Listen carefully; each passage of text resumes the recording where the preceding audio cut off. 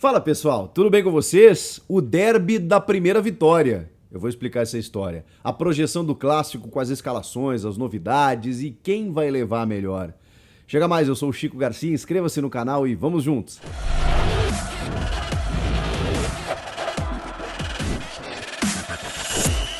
Bom pessoal, a Arena Barueri vai receber pela primeira vez na sua história um Palmeiras e Corinthians. Isso já denota o quão importante é esse clássico, o primeiro do Campeonato Brasileiro.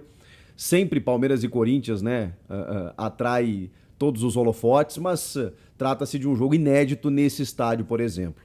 E tem alguns números que são impressionantes, assim. Por exemplo, desde 2011 não tinha um clássico entre Palmeiras e Corinthians fora de São Paulo.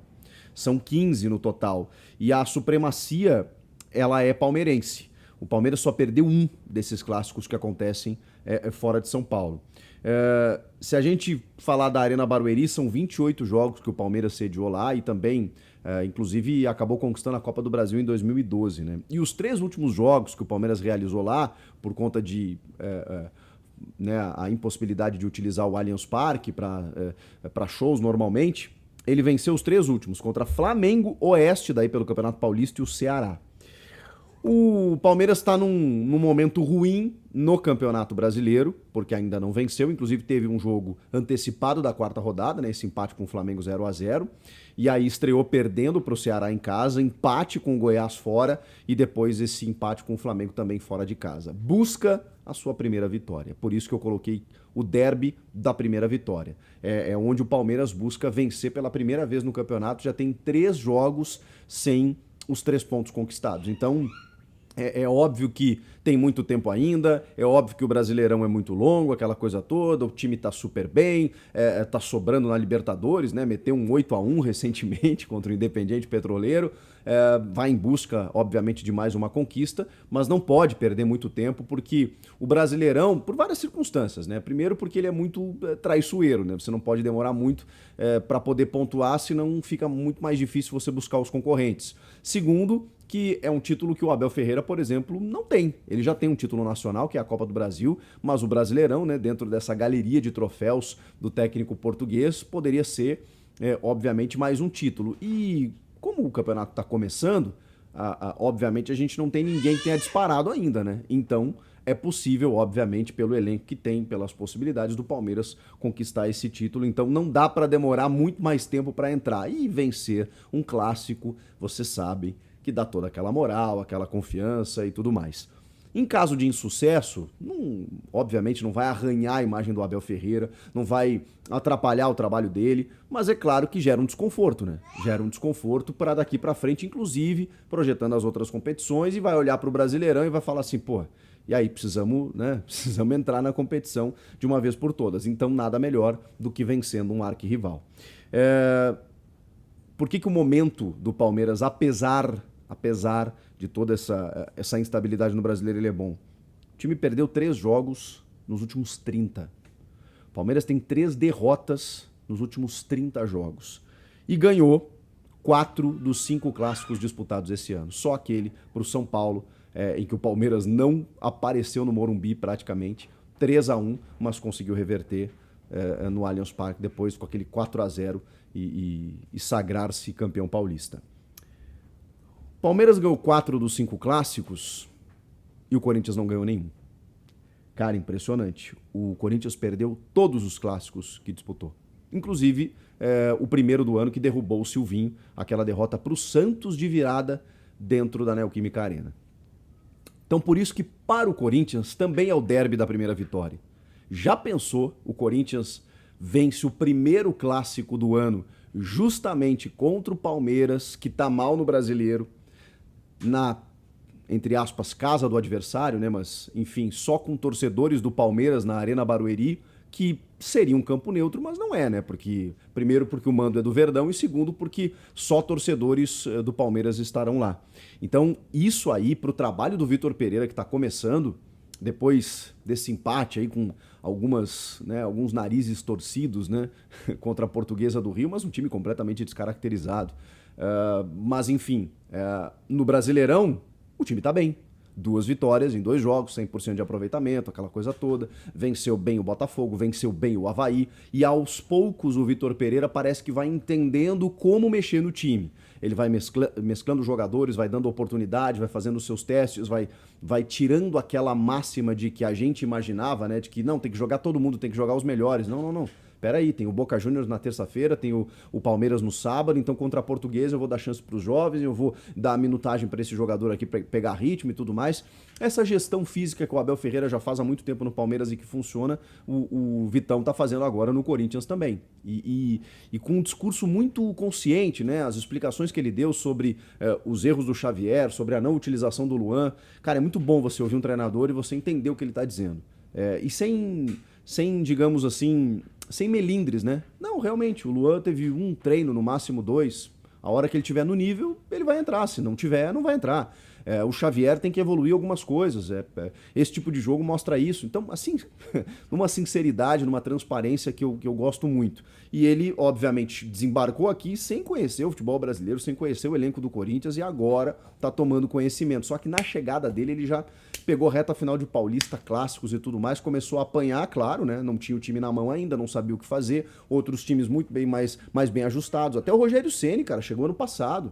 Então, assim, não é um trabalho que começou ontem. E o Abel Ferreira nem se fala. E o Vitor Pereira estava no seu terceiro, quarto jogo. Não tinha como, realmente. O resultado até poderia vir, mas o trabalho ainda não tinha surtido efeito. Então, seria importantíssimo para o Corinthians vencer esse clássico. É claro que vai ser difícil, é claro que o favoritismo é do Palmeiras por todos esses números que eu já mostrei para vocês, mas o clássico, vocês sabem, gosta de aprontar. E aí vamos nas escalações, porque, cara, eu tô muito curioso, tem algumas dúvidas aqui, para saber de que forma as duas equipes vão se portar. O Palmeiras tem menos dúvidas, porque o Palmeiras tem um time titular que jogou na quarta. Na quinta os caras nem treinaram, só tiveram a sexta para jogar no sábado.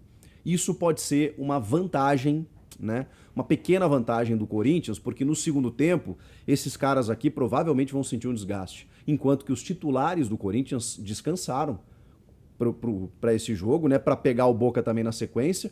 Provavelmente, a gente tá tudo é especulação, de que ele tenha descansado os jogadores contra a Portuguesa na Copa do Brasil para botar titulares contra o Palmeiras e contra o Boca.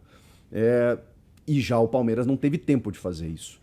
Então eu imagino que o Abel Ferreira, até por estar numa situação mais favorável na Libertadores, ele vai esticar a corda para usar titulares contra o Corinthians, até porque ele precisa pontuar no Brasileiro, precisa vencer no Brasileiro, e por ser clássico, e depois, se precisar, ele tira um ou outro jogador na semana que vem. Vamos lá, o Palmeiras vai ter o Everton aí, né? O Marcos Rocha, o Gustavo Gomes, o Murilo e o Piquerez. Até aí nenhuma novidade. No meio-campo, Danilo, Zé Rafael, Rafael Veiga. O Dudu e o Rony. A minha dúvida é Scarpa pelo lado esquerdo ou o Rafael Navarro, não pelo lado esquerdo, como centroavante, e o Rony caindo por aquele lado. Por quê? O Scarpa não é um jogador de profundidade. O Scarpa é um jogador que oscila entre titular e reserva, mas ele tem sido titular boa parte dos jogos, mas o time fica de outra maneira. Normalmente no segundo tempo, quando o Abel Ferreira tenta pegar defesas mais cansadas, ele alça a mão do Gabriel Veron e do Wesley.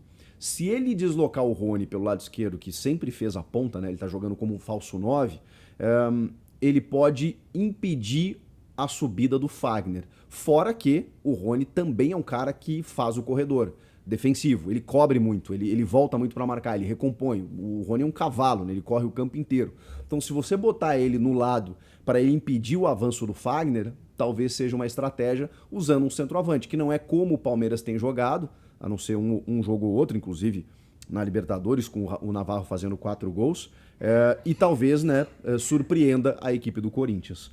A minha dúvida maior, ela tá no Corinthians, porque o Corinthians tem mais possibilidades. E saber de que forma o Corinthians vai tentar barrar esse meio-campo do Palmeiras e os avanços pelos lados. Então vamos lá.